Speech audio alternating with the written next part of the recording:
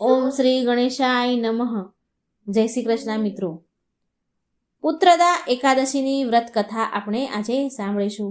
ભગવાન વિષ્ણુને અતિશય વહાલી છે એકાદશી તિથિ.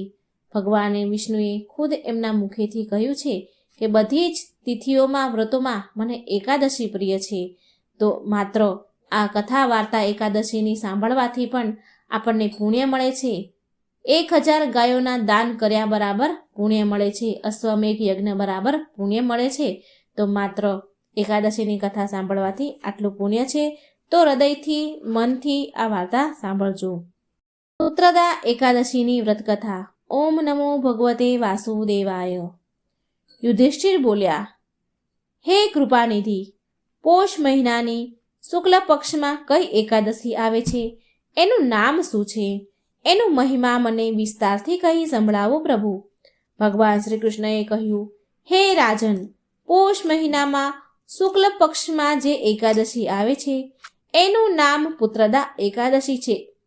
આ દિવસે શ્રી હરિના મંત્રો દ્વારા પૂજન કરવું, ધૂપ દીપ કરીને ફૂલોનો હાર ચડાવવો, આ બધા જ પાપોને હરનારી ઉત્તમ એકાદશી ગણાય છે. આ દિવસે ઉપવાસ કરીને શ્રી હરિનું પૂજન કરવાથી હજારો યજ્ઞ કર્યાનું પુણ્ય મળે છે અને જાણે અજાણે કરેલા પાપો ધોવાઈ જાય છે. સચરાચર જગત સહિત સમગ્ર ત્રિલોકમાં એના કરતાં મોટી બીજી કોઈ તિથિ નથી. બધી જ કામનાઓ અને તિથિઓના દાતા ભગવાન નારાયણ આ તિથિના અધિષ્ઠતા છે. હવે એનો મહિમા સાંભળો. હે રાજન, પૂર્વકાળ સમયની આ વાત છે. ભદ્રાવતીપુરીમાં રાજા સુકેતુ માન રાજ્ય કરતા હતા. તેમની રાણીનું નામ ચંપાવતી હતું. લગ્ન કર્યાને ઘણાએ વર્ષો વીતી ગયા પણ રાણીને પુત્ર થયો નહીં. આથી રાજા રાણી હંમેશા ચિંતા અને શોકમાં ડૂબેલા રહેતા હતા. રાજાના પિતૃઓ પણ એમના હાથનું જળ પીતા નહીં. એક દિવસ રાજા ઘોડા પર બેસીને ઘોર જંગલમાં ચાલ્યા ગયા. પ્રધાન કે મંત્રીઓ કોઈને ખબર ન હતી કે રાજા ક્યાં ગયા છે. મૃગ અને પક્ષીઓવાળા એ સુંદર જંગલમાં રાજા આમથી તેમ ભટકવા લાગ્યા. માર્ગમાં ક્યાંક શિયાળનો અવાજ સંભળાતો હતો તો વળી ક્યાંકથી ઘુવડોની ચીચિયારીઓ પણ સંભળાતી હતી. આ રીતે ફરીને રાજા વનની શોભા જોઈ રહ્યા હતા. એવામાં બપોર થઈ ગઈ. રાજાને ભૂખ અને તરસ સતાવા લાગી. આથી રાજા પાણીની તપાસમાં રખડવા લાગ્યા. રાજાના પુણ્યના પ્રતાપે રાજાને એક સુંદર સરોવર દેખાયું. એની નજીકમાં જ ઘણા મુનિઓના સુંદર આશ્રમો પણ હતા. ભાગ્યશાળી રાજાએ આશાભરી નજરે આશ્રમ તરફ જોયું. એ સમયે લાભ થવાના સુકનનો થવા લાગ્યા. રાજાનો જમણો હાથ અને જમણી આંખ ફરકવા લાગ્યા અને આ સંકેતો ઉત્તમ ફળની આગાહી કરી રહ્યા હતા. સરોવરની પાળે કેટલાક ઋષિમુનિઓ વેદ પાઠ કરી રહ્યા હતા. એમને જોઈને રાજાને ઘણો જ આનંદ થયો. રાજા મુનિઓને પાસે ગયા, આવીને વંદન કર્યા. આ મુનિઓ ઉત્તમ વ્રતનું પાલન કરનારા હતા. અંતે મુનિઓ રાજા પર પ્રસન્ન થયા અને બોલ્યા, હે રાજન, અમે તમારા પર પ્રસન્ન થયા છીએ. હે મુનિ શ્રેષ્ઠ, આપ કોણ છો? અહીં શા માટે એકત્રિત થયા છો અને તમે શાની પૂજા વિધિ કરી રહ્યા છો? આ બધું મને જણાવવાની કૃપા કરો. હે રાજન, અમે તપસ્વીઓ છીએ. સામે અમારો આશ્રમ છે. અમે અહીં સ્નાન કરવા માટે આવ્યા છીએ. આજનો દિવસ પુત્રદા એકાદશીનો દિવસ હોવાથી ઉત્તમ દિવસ છે. આ દિવસે વ્રત પૂજન કરવાથી પુત્ર રત્નની પ્રાપ્તિ થાય છે. હે મહામુનિઓ, રાજા બોલ્યા, આપ સર્વ ખરેખર મારા પર પ્રસન્ન થયા હો તો મને મારા રાજ્યનો વારસદાર આપો. મુનિઓ બોલ્યા, હે રાજન, આજે પુત્રદા એકાદશી છે તો તમે શ્રદ્ધા ભક્તિથી તેનું વ્રત કરો. તમારા ઘરે સુંદર પુત્ર રત્ન પ્રાપ્ત થશે. હે યુધિષ્ઠિર, મુનિઓના કહેવા પ્રમાણે એ રાજાએ પુત્રદા એકાદશીનું પૂરી શ્રદ્ધા ભક્તિ ભાવથી વ્રત કર્યું. પછી રાજા પોતાના મહેલ પાછા આવ્યા. ત્યારબાદ થોડા જ સમયમાં રાણીને ગર્ભ રહ્યો અને પૂરા સમયે એક સુંદર પુત્ર જન્મ આપ્યો. તેણે રાણીએ જે મનુષ્ય એકાગ્ર ચિત્તે પુત્રદા એકાદશીનું વ્રત કરે છે એ આ લોકમાં પુત્ર પ્રાપ્ત કરીને મૃત્યુ પછી સ્વર્ગ પ્રાપ્ત કરે છે. આ મહાત્મયને વાંચવાથી કે સાંભળવાથી અગ્નિ હોમ યજ્ઞનું ફળ મળે છે. તો મિત્રો, આ હતી પુત્રદા એકાદશીની વાર્તા. એક ડોશીમાની અનોખી ભક્તિ ભગવાન શ્રી કૃષ્ણ સાથે. એમની કેવી સરસ અનોખી ભક્તિ છે, એ સરસ મજાની આ વાર્તા છે. મિત્રો, તમને ખૂબ પસંદ આવશે. તો આ વાર્તાને પૂરી શ્રદ્ધાથી સાંભળજો. આ સત્ય વાર્તા છે. જો વિડીયો સારો લાગે તો મિત્રો લાઈક કરજો, શેર કરજો, જેથી ભગવાનની કથાઓ બીજાને પણ સાંભળવાનો અવસર મળે અને એમની બીજા લોકોને પણ ભગવાન પ્રત્યે શ્રદ્ધા ભાવ જાગે અને આપણને પુણ્ય ફળ મળે. તો મિત્રો, ચાલો આપણે સાંભળીએ ભગવાન શ્રી કૃષ્ણની અનોખી ભક્તિ કરી એક ડોશીમાએ. ઓમ નમો ભગવતે વાસુદેવાય. જય શ્રી કૃષ્ણ. મધ્યપ્રદેશના એક ગામમાં ચતુર્ભુજ ભગવાનનું એક સુંદર મંદિર છે. અહીં ભક્તિભાવથી અને પૂરા શ્રદ્ધા ભક્તિથી લોકો અહીં દર્શન કરવા આવે છે. પૂરા ભક્તિભાવથી અને પૂરા શુદ્ધ આચાર વિચાર સાથે ભગવાનની આરાધના અને પૂજા કરવામાં આવે છે. મંદિરના પૂજારીને એક વૃદ્ધ માં છે.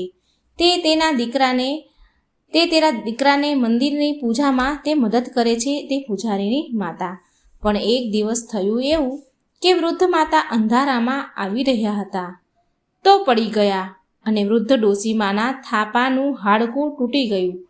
તેમનો કૂલો તૂટી ગયો. એટલે હવે એ ડોશીમા પથારીવશ થઈ ગયા, હાલી ચાલી શકે નહીં. ચિંતા થવા લાગી એમને. થોડા સમય પછી તે ડોશીમા જમીન પર ઘસતા મંદિરે આવે છે. પેટ ઘસીને આવે છે. ઊભા તો થઈ શકતા નથી, કૂલાનું હાડકું તૂટી ગયું છે. તો હવે ઢસડા કરી મંદિરે આવી રહ્યા છે અને તે ડોશીમા હવે ભગવાન ઠાકોરજીને, ચતુર્ભુજ ભગવાનને સેવા કરી શકતા નથી. માટે બહુ જ રડતા હતા, બહુ દુઃખી રહેતા હતા. અને એ દિવસે એવી અવસ્થા હતી અને બહુ રડી રહ્યા હતા અને એવી દુઃખી અવસ્થામાં તે ભગવાનને બહુ કઠોર શબ્દ કહી રહ્યા હતા. કઠોર શબ્દનો ફટકાર લગાવી રહ્યા હતા ભગવાનને. ભગવાન સાથે ઝઘડો કરી રહ્યા હતા. એ ડોશીમા કહે છે કે ઠાકોરજી, શું મારી આટલી ભક્તિ, મારું આટલું સમર્પણ તમારી નજરમાં એટલું બધું તુચ્છ છે કે મારું દુઃખ અને પીડા તમને દેખાતી નથી? તમને મારી દુઃખ પીડાનું ભાન નથી? મારો કૂલો તોડવાની આ તમારી કેવી લીલા છે? આમ બોલી રહ્યા હતા તો પાછળથી તેનો દીકરો પૂજારી આવ્યો અને બોલ્યો કે માં, આમાં ઠાકોરજીની શું ભૂલ છે કે તમે રોજ આવીને એને ઠાકોરજીને કઠોર વચનો સંભળાવો છો, એની સાથે ઝઘડો કરો છો? હવે તો આમ રોજ ઘસડાતા રોજ ડોશી મંદિર આવે એટલે હવે તેના ધીરજનું બાણ તૂટી ગયું હતું. એક તો એને કૂલો તૂટી ગયો, આની પીડા, હાલી ચાલી શકે નહીં અને ઘસડાતા મંદિરે આવે તો એમને હવે એનાથી ધીરજ એનામાં રહી નહીં. તો એક દિવસ સવારે ડોશીમાએ એવું કર્યું કે એક દિવસ સવારે અંજવાળું થાય, સૂર્યની પહેલી કિરણ પડે એ સાથે જેમ તેમ કરી ઢસડા કરી ખસડતા મંદિરે પહોંચ્યા. જ્યારે મંદિરમાં કોઈ આવ્યું જ ન હતું અને મંદિરના ગર્ભગૃહમાં ગયા, તાળું ખોલ્યું અને અંદર ગયા અને મંદિરમાં ગર્ભગૃહમાં જઈ અંદરથી બારણા વાંખી દીધા. આ બાજુ તેમનો દીકરો, સમય થયો એટલે પૂજારી, એમનો દીકરો નિત્ય નિયમ પ્રમાણે મંદિરમાં પૂજા કરવા માટે આવે છે અને એમણે જોયું કે ગર્ભગૃહના દરવાજા અંદરથી બંધ છે. બહારથી તાળું તો નથી પણ દરવાજા અંદરથી બંધ છે. પૂજારી ચિંતામાં પડી ગયા અને બોલ્યા કે આ શું? ગર્ભગૃહના દરવાજા અંદરથી કેમ બંધ છે? અરે, મંદિરમાં કોઈ ચોરી તો નથી થઈ ને? કોઈ ચોર તો નથી આવ્યું ને? આમ વિચારીને પૂજારી જોરથી દરવાજો ખખડાવવા લાગ્યા કે તેટલામાં અંદરથી તેમની માતાનો અવાજ આવ્યો, ઊભો રહે, હમણાં હું દરવાજો ખોલું છું. તો તેનો દીકરો બહારથી બોલ્યો કે માં, તું અંદર કેવી રીતે આવી? માં, દરવાજો ખોલ, મારું મન બહુ ગભરાય છે. પછી તે ડોશીમાં એકદમ સ્વસ્થ, એકદમ તંદુરસ્ત થઈને ચાલીને ઊભા થઈને દરવાજો ખોલે છે. આ તો આશ્ચર્યની વાત હતી. ડોશીમાના તૂટેલા કૂલાની પીડાથી તે મુક્ત થઈ ગયા હતા. તેમનું જે થાપાનું હાડકું ભાંગી ગયું હતું એ હવે સાજું થઈ ગયું હતું અને ઊભા થઈને તેમને દરવાજો ખોલ્યો એટલે આશ્ચર્ય પામ્યા બધા એ એની પીડાથી, એના દુઃખથી મુક્ત થઈ ગયા હતા. હવે તેને ઊભેલા જોઈને તેમનો દીકરો અને દર્શન કરવા આવેલા ગામના લોકો બહુ આશ્ચર્ય પામ્યા, હેરાન રહી ગયા ડોસીમાને જોઈને. એટલે તેમનો દીકરો એની માતાને કહે છે કે આ ચમત્કાર કેવી રીતે થયો માં? તમે તો ચાલી પણ શકતા ન હતા અને હવે તમે ચાલી રહ્યા છો, ચાલીને આવ્યા અને દરવાજો ખોલ્યો ઊભા થઈને, અને હવે તમે હાલી ચાલી શકો છો. આવું કેવી રીતે થયું? એટલે તેમની માતા ડોસીમાં બોલ્યા કે આ તો ભગવાન ચતુર્ભુજની કૃપા છે. હું તો આજે ચતુર્ભુજ ભગવાન સાથે ઝઘડો કરવા આવી હતી. મેં ભગવાન સાથે બહુ લડી. ભગવાનને કહ્યું કે મારો કૂલો કેમ તોડ્યો? જો ભગવાન તમે મારો કૂલો ઠીક નહીં કરો, સાજો નહીં કરો, તો હું તમારો કૂલો તોડી નાખીશ. પછી મેં ચંદનના લેપનો પીસવાનો જે દસ્તો હતો ભારેખમ, એને ઉઠાવ્યો અને જેવો જ ભગવાનને મારવા જતી હતી કે એટલામાં ભગવાને મારી કમર પર હાથ ફેરવ્યો અને મારા કૂલાના હાડકાં જોડી દીધા અને હું સાજી થઈ ગઈ, હું સ્વસ્થ થઈ ગઈ. આટલું સાંભળીને એના દીકરો પૂજારીના તો આંખમાં જળજળિયા આવી ગયા. દીકરો પૂજારી બોલ્યો કે માં, તમારી દ્રઢ આસ્થાને તો ભગવાન પણ હલાવી દીધી, ભગવાનને પણ હલાવી દીધા. તમારી ભક્તિને ભગવાનને પણ મજબૂર કરી દીધા આવવા માટે. તમે અમને બધાને એવું શીખવાડ્યું છે કે જો મનમાં વિશ્વાસ હોય તો ભગવાન પણ સાંભળે છે. ડોસીમાની વાત સાંભળીને ગામના લોકોએ તેની શ્રદ્ધા ભક્તિની પ્રશંસા કરી. તો મિત્રો, આ ઘટનાથી આપણને એ શીખવા મળે છે. આ ઘટના એ માત્ર પૂજારી અને ગામના લોકોને જ નહીં, પણ આપણને બધાને એક મહત્વપૂર્ણ પાઠ ભણાવ્યો છે કે વિશ્વાસ અને ભક્તિની શક્તિ અદ્ભુત હોય છે. સાચા મનથી, હૃદયથી કરેલી પ્રાર્થના ક્યારેય નકામી, વ્યર્થ જતી નથી. આપણે હંમેશા ભગવાનની ભક્તિ કપટ વિના નિસ્વાર્થ ભાવથી કરવી જોઈએ. હે ઠાકોરજી મહારાજ, જેવા તમે એ ડોસીમાને ફળ્યા, જેવા તમે ડોસીમાને સાજા કર્યા, એવી કૃપા તમારી સૌ ઉપર રાખજો, તમારા ભક્તો ઉપર રાખજો. એકાદશી માતાની આજે આપણે વાર્તા સાંભળીશું. બે ડોસીમાની એક કથા છે આ. લાલચના કારણે એક ડોસીમાને પિચાસીઓની મળી અને એક ડોસીમાને વૈકુંઠ મળ્યું. તો ખૂબ સુંદર મજાની કથા મિત્રો, પૂરા મનથી સાંભળજો. ઓમ શ્રી કૃષ્ણ વાસુદેવાય હરિયે પરમાત્મને પ્રણતઃ ક્લેશનાશાય ગોવિંદાય નમો નમઃ. એક ડોસીમા અને તેની એકાદશીની કથા. પૂરી શ્રદ્ધા, પ્રસન્ન ચિત્તમનથી આ વાર્તા સાંભળજો. જો વિડીયો સારો લાગે તમને તો લાઈક કરજો, શેર કરજો ને આ ચેનલને સબસ્ક્રાઈબ કરવાનું બિલકુલ ન ભૂલશો. હે માતા એકાદશી, હે શ્રી હરિભક્ત વત્સલ ભગવાન વિષ્ણુ લક્ષ્મીપતિ, જે કોઈ આ કથા સાંભળે છે, કહે છે અને હોકારો ભરે છે, તેના પર સદાય તમારી કૃપા રાખજો. સુખ સંપત્તિ, સારું આરોગ્ય પ્રદાન કરજો. ભક્તોને એવી મારી પ્રાર્થના સાથે આ કથા કહેવા હું જઈ રહી છું. બહુ સમય પહેલાની વાત છે. એક ગામમાં એક ડોસીમા રહેતા હતા. એ ડોસીમા બહુ જ ગરીબ હતા. એનું નામ હતું સાવિત્રી. સાવિત્રી ડોસીમા મહેનત મજૂરી કરીને પોતાનું પેટ ભરતા હતા. તેના રહેવા માટે એક નાની ઝૂંપડી હતી. તેમાં એ જીવન વિતાવી રહ્યા હતા. બિચારા સાવિત્રીનું તો આ દુનિયામાં કોઈ જ ન હતું. એ બહુ ગરીબ હતા અને ગરીબીમાં તેના દિવસો વીતી રહ્યા હતા. પણ એ દિલના સાચા હતા. જે પણ કોઈ પણ કામ બતાવે, ગામનું કે આજુબાજુનું જે કોઈ કામ બતાવે એ બધું કામ કરી દે. કેમ કે વિચારીનું આ કોઈ હતું જ નહીં, પોતાનું તો હતું જ નહીં. જે લોકો તેને મહેનત મજૂરીના પૈસા આપે એનાથી જ એના ઘરનું ગુજરાન ચાલે. ગુજરાન ચલાવતા હતા આ બધા કામકાજ કરી. એક વારની વાત છે. એના ગામમાં કાશી બનારસથી એક સાધુ મહાત્મા પ્રવચન આપવા માટે આવ્યા હતા. બધા ગામના લોકો સાધુ મહાત્માના વચન સાંભળવા માટે ગામમાં જવા લાગ્યા. પાદરે બધા ગામના લોકો સાધુ મહાત્માના વચન સાંભળવા આવ્યા હતા અને પ્રવચન પતી ગયું એટલે બધા પોતપોતાના ઘરે જવા લાગ્યા. પ્રવચન સાંભળી બધા લોકો ઘરે ગયા. અને આડોશ પાડોશમાં બધા ઘરે સાધુના પ્રવચનોની વાતો કરવા લાગ્યા.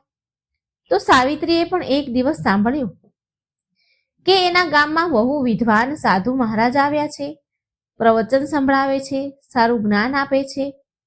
તો એના મનમાં પણ જિજ્ઞાસા જાગી કે એ પણ મહાત્મા પાસે જઈને પ્રવચન સાંભળશે અને એના જીવનને સુધારશે, એના જીવનને સુધારવા માટે કોઈ ઉપાય પૂછશે. હવે તો હું વૃદ્ધ થઈ ગઈ છું, પણ કમસે કમ આ જન્મ ના સહી, મારો આગલો જન્મ તો સુધરી જાય, માટે હું સાધુ પાસે જરૂર જઈશ. સાવિત્રી ડોશીમાએ આવું વિચાર્યું. હવે સાવિત્રી ડોશીમા સાધુ પાસે પ્રવચન સાંભળવા જાય છે અને ત્યાં મહાત્મા બહુ સુંદર પ્રવચન આપી રહ્યા હતા, સુંદર જ્ઞાન આપી રહ્યા હતા અને સાવિત્રી ડોશીમા બહુ ધ્યાનથી એ સાધુ મહારાજનું જ્ઞાન સાંભળી રહ્યા હતા, પ્રવચન સાંભળી રહ્યા હતા. જ્યારે પ્રવચન સમાપ્ત થઈ ગયું તો ગામના બધા લોકો પોતપોતાના ઘરે ગયા, પણ ડોશીમા પ્રવચન પૂરા થયા પછી પણ એ મહાત્મા પાસે બેસી ગયા, હાથ જોડીને પ્રણામ કર્યા, એની પાસે બેસી ગયા. મહાત્માએ જ્યારે ડોશીમાને જોયા તો એ સમજી ગયા કે આ બહુ દુઃખી છે. મહાત્મા સાવિત્રીને કહે છે, ડોશીમા બોલો, શું કામ છે તમારે? તમે આટલા દુઃખી કેમ છો? કઈ વાતનું દુઃખ છે તમને? તો સાવિત્રી ડોશીમા બોલ્યા. સાવિત્રી ડોશીમાના તો આંખમાં આંસુ આવી ગયા. રડતા રડતા બોલ્યા, હે મહાત્મા, હું તમને શું કહું, શું બતાવું? મારા દુઃખ તો બહુ છે, મારા દુઃખનો તો કોઈ અંત જ નથી. મારા દુઃખ બહુ વધારે છે. મનુષ્ય એકવાર અગ્નિમાં કૂદીને તો બચી જાય છે, પણ મારા દુઃખનો તો પ્રભુ કોઈ અંત જ નથી. મેં જ્યારથી જન્મ લીધો છે ત્યારથી મારી જિંદગીમાં દુઃખ જ દુઃખ છે. જ્યારે હું જન્મી ત્યારે મારા માતા પિતા સ્વર્ગવાસી થઈ ગયા અને કાકા બાપાના ઘરે થઈને હું મોટી થઈ. કાકા બાપાએ મને પાળી પોસીને મોટી કરી અને રૂખું સૂખું રોટલો ખાઈને હું રહેતી હતી. રૂખો સૂખો રોટલો ખવડાવી અને ઘરના કામ મારી પાસે બધા કરાવતા હતા. સાવકા જેવો પારકા જેવો વ્યવહાર કર્યો કાકા બાપાએ. અને જ્યારે હું મોટી થઈ ત્યારે મારા લગ્ન કરાવી દીધા. પણ મારા દુર્ભાગ્યએ તો અહીં પણ સાથ ન છોડ્યો. એક જ વર્ષમાં મારા પતિનું મૃત્યુ થયું અને સાસરીવાળાએ મારા પતિના ગુજરી ગયા બાદ મને ધક્કો મારીને ઘરેથી બહાર કાઢી મૂકી. કેમ કે પતિના ગુજરી ગયા બાદ મારા માટે એ લોકોના મનમાં, એમના ઘરમાં કઈ જગ્યા જ ન હતી. એ મને એક બોજ સમજવા લાગ્યા. એટલે એ મારાથી છુટકારો મેળવવા માંગતા હતા. પછી હું રડતા રડતા મારા પિયર ચાલી ગઈ. મારા પિયરમાં પણ મને મારા કાકા મોટા બાપાએ ન રાખી. હું તો એમ વિચારીને મારા પિયર ગઈ હતી કે લગ્ન પહેલા પણ હું એના કામકાજ કરીને જેમ કે તેમ રહેતી તો હતી, મને રાખી તો લેશે ને અને મને આશરો મળી જશે. ભલે જે કામ કરાવે એ હું કરી લઈશ, આમ વિચારીને હું ગઈ હતી. પણ મારા કાકા બાપાએ મને રાખી નહીં, મને કલંકીની કહીને ઘરેથી નીકાળી દીધી. મને કોઈ જ રાખવા માટે તૈયાર ન હતું. માટે હે મહાત્મા, મેં આખી જિંદગી પૂરી મહેનત મજૂરી કરીને મારું પેટ ભર્યું. મહાત્માજી, આ આખી દુનિયામાં મારું કોઈ જ નથી જેને હું મારું કહી શકું, જેને હું મારા પોતાના કહી શકું. આમ આટલું બોલી સાવિત્રી ડોશીમા તો ધ્રુસકે ને ધ્રુસકે રડવા લાગ્યા અને કહે છે, મહાત્માજી, આ જીવન તો મેં જેમ તેમ દુઃખમાં વિતાવી દીધું, પણ હું ઈચ્છું છું કે મારો આગલો જન્મ સુધરી જાય. આના માટે તમે મને કોઈ વ્રત ઉપવાસ બતાવો જેનાથી મને સદગતિ મળે. ગાયત્રી ડોશીમાની વાત સાંભળીને મહાત્માજી ડોશીમાને કહે છે કે માજી, તમે એકાદશીના ઉપવાસ કરો, ભગવાન વિષ્ણુ અને માતા લક્ષ્મીનું પૂજન કરો. 26 એકાદશીના ઉપવાસના વ્રત કરશો પછી તમે એનું ઉદ્યાપન ઉજવણું કરજો. એકાદશીના વ્રત કરવાથી તમારા બધા દુઃખ દૂર થઈ જશે, તમારો આગલો જન્મ પણ સુધરી જશે અને તમને સદગતિ મળશે. ડોશીમાએ મહાત્માજીને કહ્યું, હે મહાત્માજી, એકાદશીનું વ્રત ક્યારે કરવામાં આવે છે અને આ વ્રત કેવી રીતે કરવામાં આવે છે એ મને બતાવી દો. એટલે મહાત્માજી ડોશીમાને કહે છે, હે ડોશીમા, મહિનામાં 2 એકાદશી આવે છે, એક સુદ પક્ષમાં અને એક વદ પક્ષની. ડોશીમાં તમે બંને એકાદશીના વ્રત કરજો, જે પણ તમારાથી બને એટલું દાન પુણ્ય કરજો, અને જ્યારે તમારા એકાદશીના વ્રત પૂરા થઈ જાય તો એનું ઉદ્યાપન કરજો. આટલી વિધિ પૂછ્યા બાદ ડોશીમાં એમના ઘરે આવી ગયા. ડોશીમાના પાડોશમાં એક જમના નામના ડોશીમાં રહેતા હતા. જે પાડોશી હતા એટલે મનમાં ને મનમાં સાવિત્રી સાથે ઈર્ષાનો ભાવ રાખે. એ જમનામાં સાવિત્રી ડોશીમાંથી ઈર્ષા કરતા હતા, કારણ કે સાવિત્રી ગરીબ તો હતી પણ મનની સાચી હતી. ગામના લોકો સાવિત્રી ડોશીને માન સન્માન આપતા. આ વાત જમના ડોશીમાને ગમતી ન હતી. હવે સાવિત્રી ડોશી એમના ઘરે આવી ગયા અને એ એકાદશીનું વ્રત કરવા લાગ્યા. જ્યારે તે એકાદશીના વ્રત કરે ત્યારે પૂજા ઉપવાસ કરે, મહાલક્ષ્મી અને ભગવાન વિષ્ણુની પૂજા કરે. તો એની પાડોશણ જમના ડોશી જોતી હતી આ બધું, અને મનમાં ને મનમાં વિચારે કે આ સાવિત્રી ખબર નહીં શેની પૂજા પાઠ કરી રહી છે, જરૂર કઈ ને કઈ તો કરી જ રહી છે, મારે એ વાતની તો જાણ કરવી જોઈએ. તો એક દિવસ સાવિત્રી ડોશીમાં એકાદશીના વ્રત અને પૂજા કરી રહ્યા હતા અને એકાદશીની વાર્તા વાંચી રહ્યા હતા. તો તેની પાડોશણ જમના ડોશી એની પાસે આવી અને કહેવા લાગ્યા, અરે બહેન, આ શું કરી રહ્યા છો? ક્યાં વ્રત ઉપવાસ કરી રહ્યા છો અને ક્યાં દેવતાનું પૂજન કરી રહ્યા છો? મને કહો. ત્યારે સાવિત્રીએ જમના માને કહ્યું, બહેન, હું તો એકાદશીનો ઉપવાસ કરું છું, ભગવાન વિષ્ણુ અને માતા લક્ષ્મીનું પૂજન કરું છું. આ વ્રતને કરવાથી આપણો આગલો જન્મ સુધરી જાય છે અને મર્યા બાદ મોક્ષ મળે છે અને જીવનભરના પાપ ધોવાઈ જાય છે. ઘરમાં ધન ધાન્યના ભંડાર ભરાઈ જાય છે. મૃત્યુ બાદ સ્વર્ગની પ્રાપ્તિ થાય છે. આ સાંભળી જમના ડોશી બોલી, સાવિત્રી બહેન, આ વ્રત કેવી રીતે કરવામાં આવે છે? મને પણ આ વ્રતની વિધિ કહો.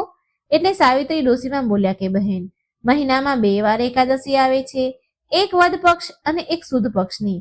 આ બંને એકાદશીએ ઉપવાસ કરવો પડે છે. આ એકાદશીના વ્રતમાં અન્ન ન ખાવું જોઈએ. ભગવાન વિષ્ણુ અને માતા લક્ષ્મીનું પૂજન કરવું, ઘીનો દીવો કરવો અને રાત્રે જાગરણ ભજન કીર્તનમાં વિતાવી રાતે જાગરણ કરવું. 26 એકાદશીનો ઉપવાસ કર્યા બાદ વ્રતનું ઉદ્યાપન કરવું. ઉદ્યાપનમાં જે 26 એકાદશી હોય છે, જ્યારે અધિક માસ હોય છે ત્યારે 26 એકાદશી હોય છે, એટલે 26 જોડી બ્રાહ્મણોને જમાડવા, પોતાના સામર્થ્ય અનુસાર દાન દક્ષિણા દેવી. એટલે જમનામાં કહે છે, બહેન, તમને આ વ્રત કોણે બતાવ્યું? એટલે સાવિત્રી ડોશીમાં બોલ્યા કે જમના બહેન, આપણા ગામમાં મહાત્માજી આવ્યા હતા પ્રવચન દેવા, જ્ઞાન આપવા. તેમણે મને આ વિધિ કહી છે અને એ જ વિધિ મેં તમને કહી છે. બહેન, તમે પણ એકાદશીના વ્રત કરો અને તમારું જીવન સુધારી લો. આ સાંભળી જમના ડોશી એના ઘરે પાછા ચાલ્યા ગયા. પાછો કોઈ પ્રશ્ન જમના ડોશીમાના મનમાં આવ્યો અને પાછા તે સાવિત્રી ડોશીમા પાસે આવ્યા અને પૂછ્યું કે સાવિત્રી બહેન, તમારી કેટલી એકાદશી થઈ છે? તો સાવિત્રી ડોશીમા બોલ્યા કે મારી તો 14 એકાદશીના વ્રત પૂરા થયા છે, હવે થોડા વ્રત બાકી છે. એ દિવસથી જ જમના ડોશીમા સાવિત્રીમાં સાથે એકાદશીના ઉપવાસ કરવા લાગ્યા. ભગવાન વિષ્ણુ અને માતા લક્ષ્મીનું પૂજન કરવા લાગ્યા, કારણ કે જમના માનું મન તો એક જગ્યાએ ટકતું જ ન હતું. એ તો માત્ર દેખાદેખીમાં સાવિત્રીમાં સાથે દેખાદેખી કરવા માટે એકાદશીનું વ્રત કરતા હતા, કેમ કે સાવિત્રીનું માન સન્માન વધી રહ્યું હતું અને તેના ઘરમાં ધનની કમી ન રહી હતી. તેનું ગુજરાન પણ સારી રીતે થવા લાગ્યું હતું. ભગવાનની કૃપા તેના પર વરસવા લાગી. ત્યારે આ બધું જોઈ જમનામાં વિચાર કરવા લાગ્યા કે હું જો ઉપવાસ કરીશ તો ભગવાનની કૃપા મારા ઉપર પણ થશે. એના મનમાં ક્યાંક ને ક્યાંક લાલચ હતી. હવે જ્યારે સાવિત્રી માની 26 એકાદશીના વ્રત પૂરા થઈ ગયા તો તે દિવસે સાવિત્રી ડોશીમાએ એકાદશીના વ્રતનું ઉદ્યાપન ઉજવણું કરી રહ્યા હતા. એ ગામમાં 26 બ્રાહ્મણો હતા.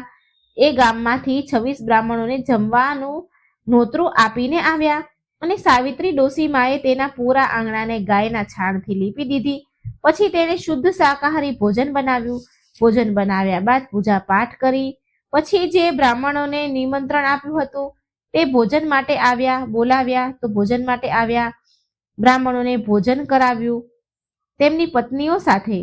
પછી ડોસીમાએ તેને આદર સન્માન આપ્યા, સરસ જમાડ્યા, આદર સન્માન આપ્યા, પ્રેમથી ભોજન કરાવ્યું, પીરસ્યું, પ્રેમથી ખવડાવ્યું. હવે ભોજન કરાવ્યા બાદ તેના સામર્થ્ય અનુસાર અન્ન, વસ્ત્ર, પૈસા દાન આપ્યા. હવે જો જમના ડોસી હતા એ સવારથી સાવિત્રીની ઝૂંપડી તરફ જોઈ રહ્યા હતા. એની નજર તો ત્યાં જ ટકેલી હતી.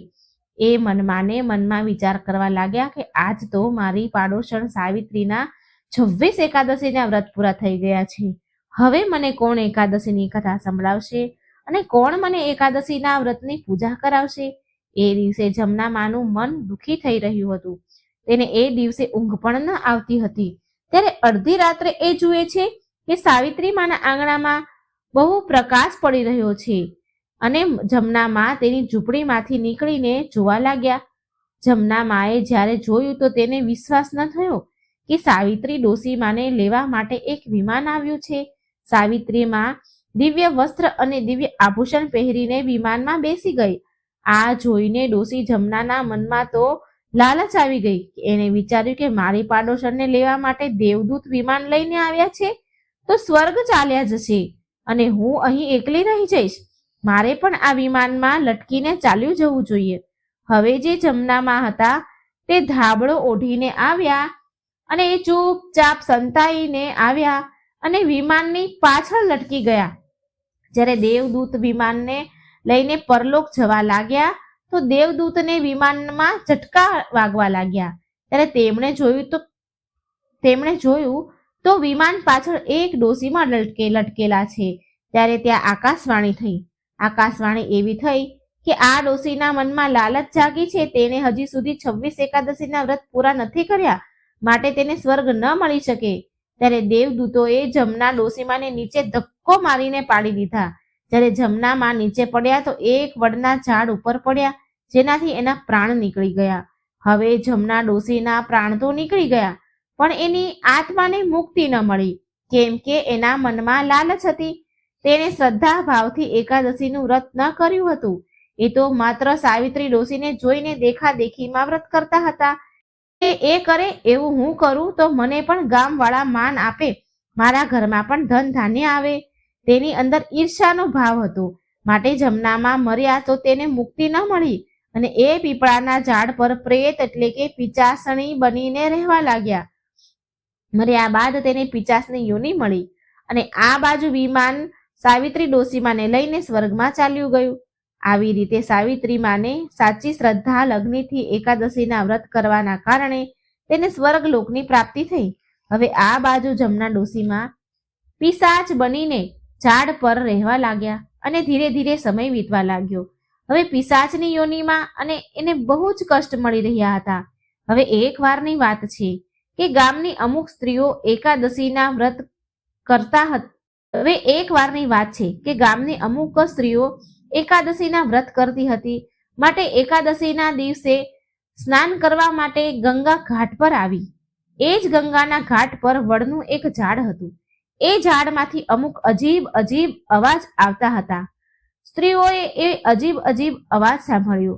ગામની સ્ત્રીઓએ અવાજને સાંભળીને ડરી ગઈ અને બોલી કે ચાલો ચાલો બહેનો, પાછા ચાલો અહીંથી. લાગે છે કે વડના ઝાડ પર કોઈ ભૂત પ્રેત ડાકણ કે હોય એવું લાગી રહ્યું છે, કોઈ પિચાસ હોય એવું લાગે છે. તો એમાંથી એક સ્ત્રી હિંમત કરીને બોલી, અરે એ આપણું શું બગાડી લેશે? એ શું ભગવાનથી મોટું છે કઈ? આપણે તો એકાદશીના વ્રત કરીએ છીએ, ભગવાન વિષ્ણુની પૂજા કરીએ છીએ.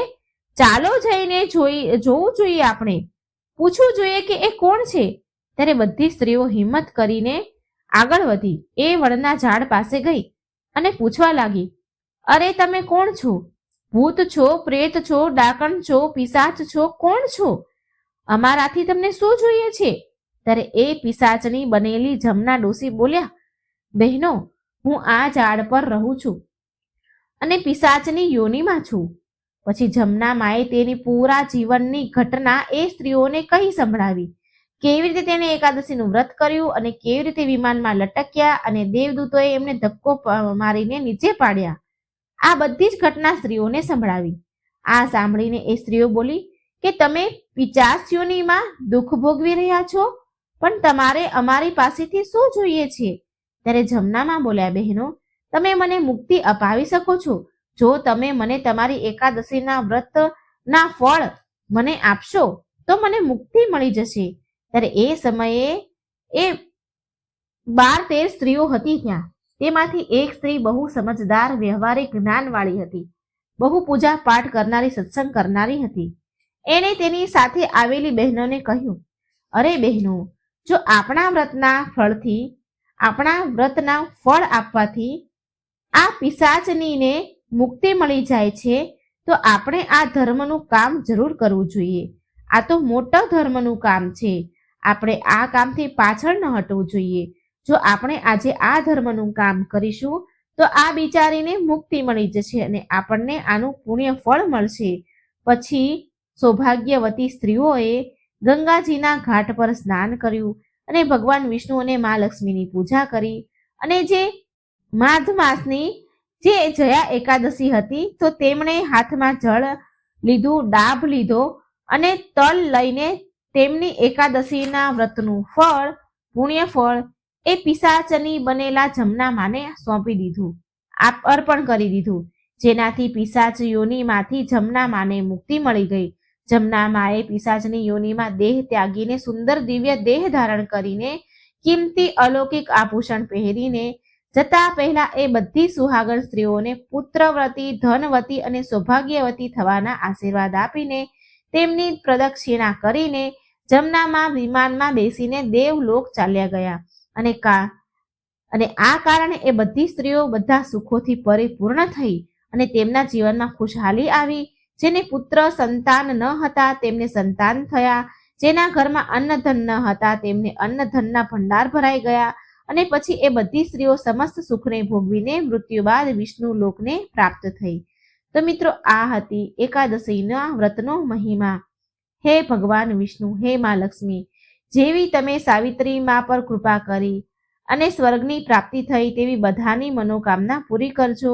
જેવી તમે જમના માને પિશાચ યોનિમાં મુક્તિ આપી એવી જ રીતે આ કથા કહેનાર અને જે આ કથા સાંભળી રહ્યા છે, હોકારો ભરી રહ્યા છે, તેમની બધી જ મનોકામના પૂરી કરજો. તેમના બધા પાપ નષ્ટ કરજો અને સદબુદ્ધિ આપજો. તેમના ઘર ધન ધાન્યથી, પુત્ર પૌત્રથી ભરી દેજો. સારું આરોગ્ય આપજો. જય ભગવાન વિષ્ણુ, જય મા લક્ષ્મી. મિત્રો, આ પવિત્ર કથા છે. જેટલી શેર કરો એટલી બીજાને સાંભળવા મળશે અને આપણને પુણ્ય ફળ મળશે. તો વિડીયોને લાઈક કરજો, શેર કરજો અને ચેનલને સબસ્ક્રાઈબ કરજો. કમેન્ટ બોક્સમાં ભગવાનનું નામ લખી ભક્તિ વ્યક્ત જરૂર કરજો. જય શ્રી કૃષ્ણ. રાધે રાધે. Thank you.